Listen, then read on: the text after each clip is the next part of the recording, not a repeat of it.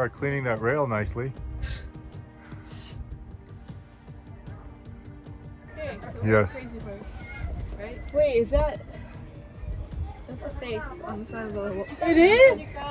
We should. I don't see it. Go up here to Crazy Horse. Gonna get on a bus. Come down here, all the way down the road, and It's the other tall. there's the other Crazy Horse. Hey girls, what do you think? About what? The nose looks kind of similar to yours. I didn't ask that question. I think it's gonna be exciting. All right, get with mom. Let's take a picture. 진짜 오래된 버스인 것 같아. Very old bus. So this project was started in 1948. That means that we're now 73 years in the making. But you have to understand that in the beginning, it was just one man working on this entire project by himself for many, many years. And his name was Korczak Julkowski. In 1939, Korczak came out here to South Dakota to meet with Chief Henry Standing Bear, who was the Lakota chief at the time. And he was the one that initially asked Korczak to do this project because he wanted to let the white man know that the red man had great heroes too. And he came up with this plan that he would just stake a mining claim on the property because the Mining Act of 1872 states that there is no law against the way that you shape your mine. So Korczak shaped his mine into the form of Crazy Horse and turned it into this big memorial.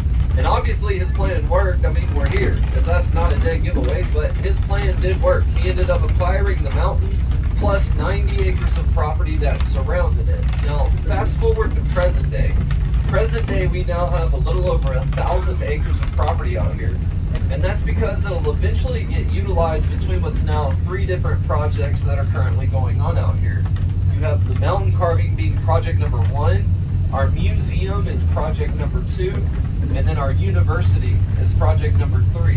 And it's the North American Indian University. It was started in 2010. And it's about a quarter of a mile down the road on the property. They work through the summers as long as there's not a lightning strike within a 15-mile radius of this mountain.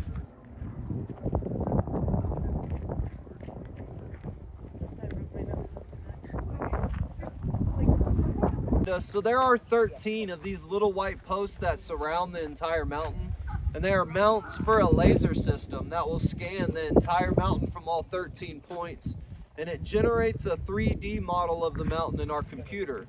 So we can take the scan that we've done of the mountain and compare it to a scan that we've done of a 1 in 300th scale model of what the finished mountain will look like. As technology is progressing, it is only making this job easier, and it's really starting to speed things up.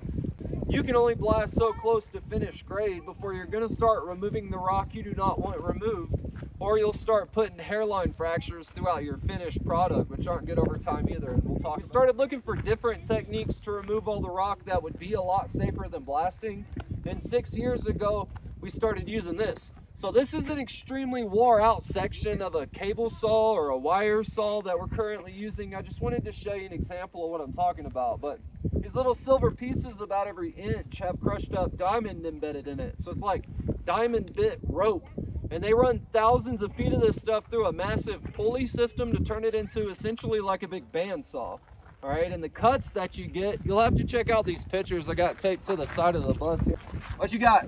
2019, 20, and 21.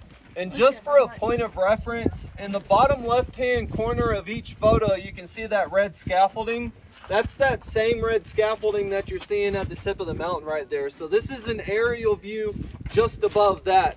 And what we're looking at is Crazy Horse's left arm sticking out. So this is pointer, middle, ring, pinky, and all these long, straight, smooth cuts you see on the top of his finger and knuckles and hand. These were all done by using that cable saw. We cannot do rounded cuts, so we have to keep doing all these multiple straight cuts to get these rounded surfaces, and you can see that reflected in these pictures here.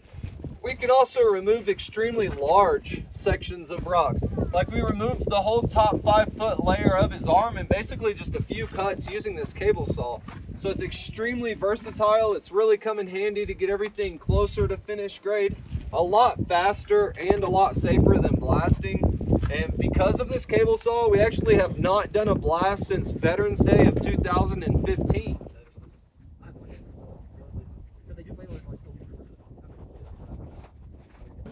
Minute or two to make it okay.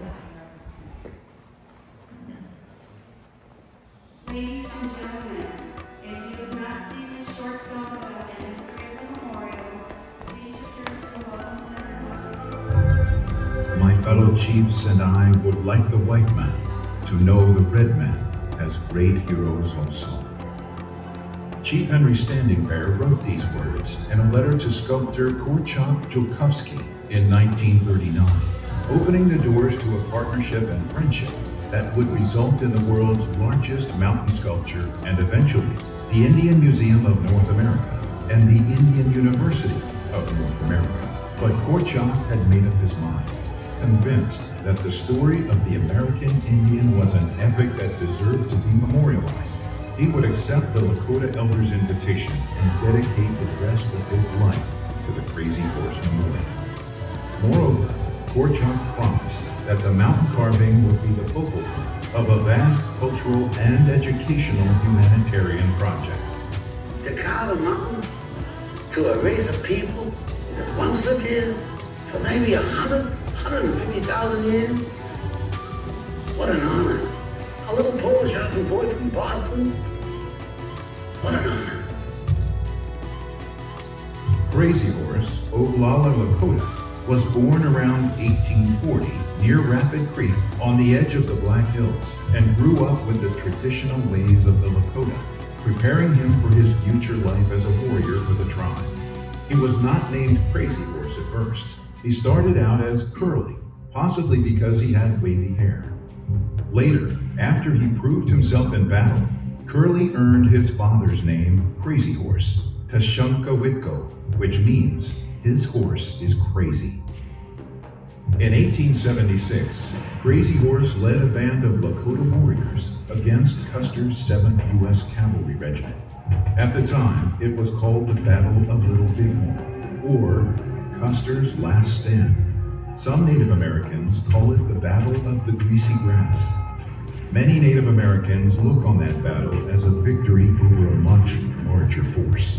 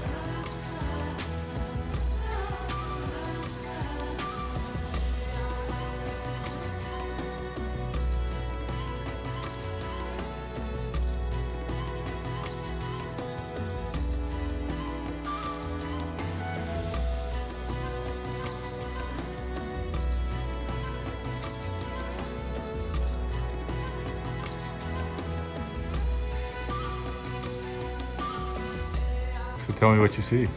I see the tools that they use to break down all the rocks and put dynamite in. Drill holes, put dynamite, blow up rock. And they said we can take as much of this rock back with us as we want. But just not the ones here on display. Yeah. You know, any one of these pieces could have been in his nose. It could have been in his nose, like as a rock booger.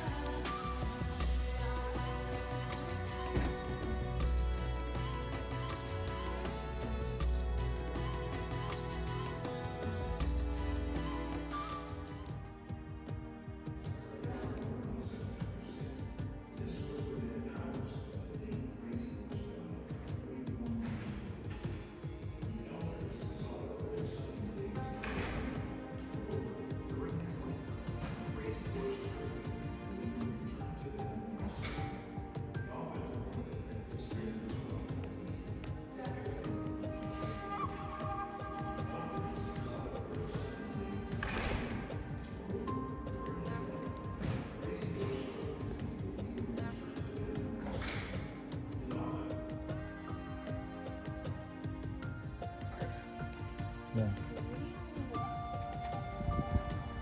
저 머신인가 봐. That's the machine. Kaput?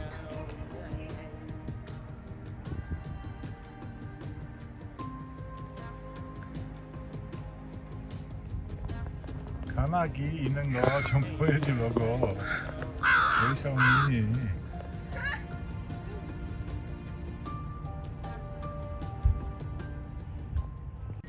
All right, now your face doesn't look too big, your legs don't look too short. Ready? Thanks for watching our video here at Lennon Adventures. Please like, subscribe, hit the bell, turn on the post notification. So you don't miss another video. Thank you. Thank you. Hi. 너무 눈부셔. Yeah, here. How's that? Is it better? Okay, Let's let's go home.